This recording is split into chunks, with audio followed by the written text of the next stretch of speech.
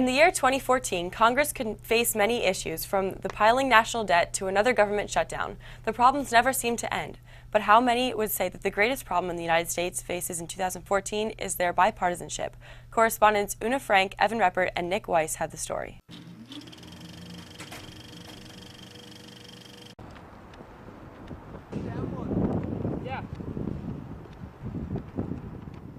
You're idealistic. The young, you should be idealistic. You should fight for what is right. That is what the pure essence of government should be. It should be of the people, by the people, and for the people. And unfortunately, in many respects, Washington has forgot about that, and both sides of the aisle have forgot about that. Political parties of the United States have taken an antagonizing stance against one another.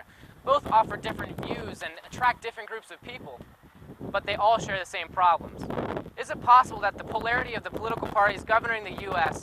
are actually creating more problems rather than solving them?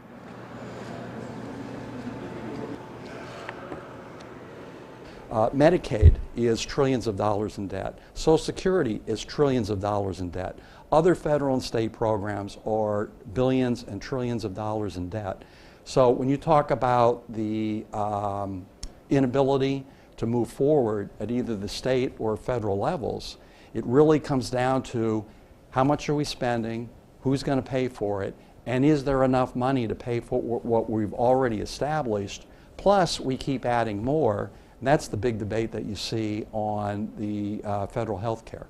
And again, for some of these issues, it's very, very difficult, if not impossible, to find a middle ground there, because in finding a middle ground, you could be compromising your principles. Is the problem that we have party and factions now, or is it that we, the people, have forgotten the role of our government and what our role is in that government? I think that's the bigger issue. It's not about left and right. It's about right from wrong. If we're not doing our due diligence, I'll call it, and getting the facts from whatever sources we can, and our job is to pull those facts together from professionals, from the people in the field, our own background and knowledge, and synthesize it, if I can say the word, and then come to a decision. I don't know of anyone in this body that thinks these government shutdowns are productive or useful or helpful to our economy. Democrats and Republicans alike believe that we should do our jobs, that we should exercise the power of the purse, that the legislative branch should bring back its authority to do this. You can still have the programs and the money they need to survive. If we didn't do that at a state level, it would have been felt. But Washington didn't care for 14 days. Pennsylvania took it on, and much like every other state out there, moved forward while Washington wasn't working. I'm not saying one party is better than the other. What you need to decide as the youth of today, as who will be changing the paradigm, you're the folks, you're the kids, the guys and the gals that should be out there defining what government should be for you. What we've seen so far is that with every action or inaction by the federal government, problems trickle down to the state and local levels. So when Congress can't agree, we all go down.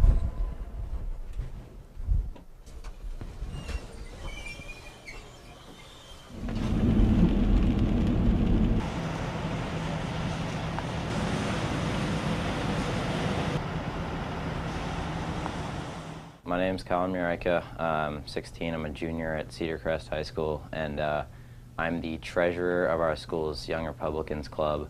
I say I'm a Republican, but I mean, there are so many issues and topics where I would say I agree with the liberals, you know. I'm not sure that the differences are what matters. It's just everyone's perception of those differences. And the fact is, there are a lot of similarities between the Democrats and the Republicans. It's not like we're dealing with libertarians and communists, you know. If you're a Democrat and you hear the Republican Party say this that you don't like, that shouldn't mean that you automatically hate Republicans or hate the Republican Party. It's that they just do something different than that.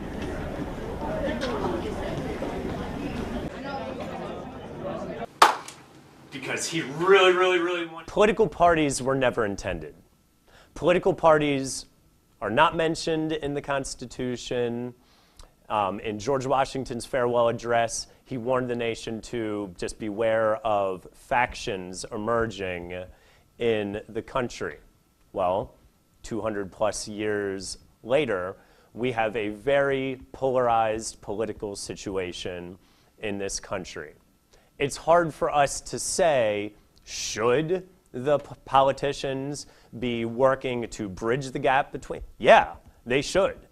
They're the government. Their job is to govern. However, politicians, it's their job to get reelected.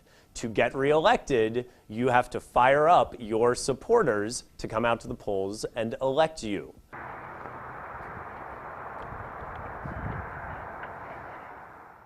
Bipartisanship in Congress will continue to be a pertinent issue in the year 2014. Gridlock needs to be replaced with compromise in order to avoid further government shutdowns and subsequent deterioration of the U.S. and its economy. On the other end, the youth has a job to become politically aware and active in order to affect change in D.C. and then the nation. Just as Mr. Pagney said, it's their job to define what government means for them. And what that means, what needs to be translated to Congress, is progress. I'm Nick Weiss for CCNN.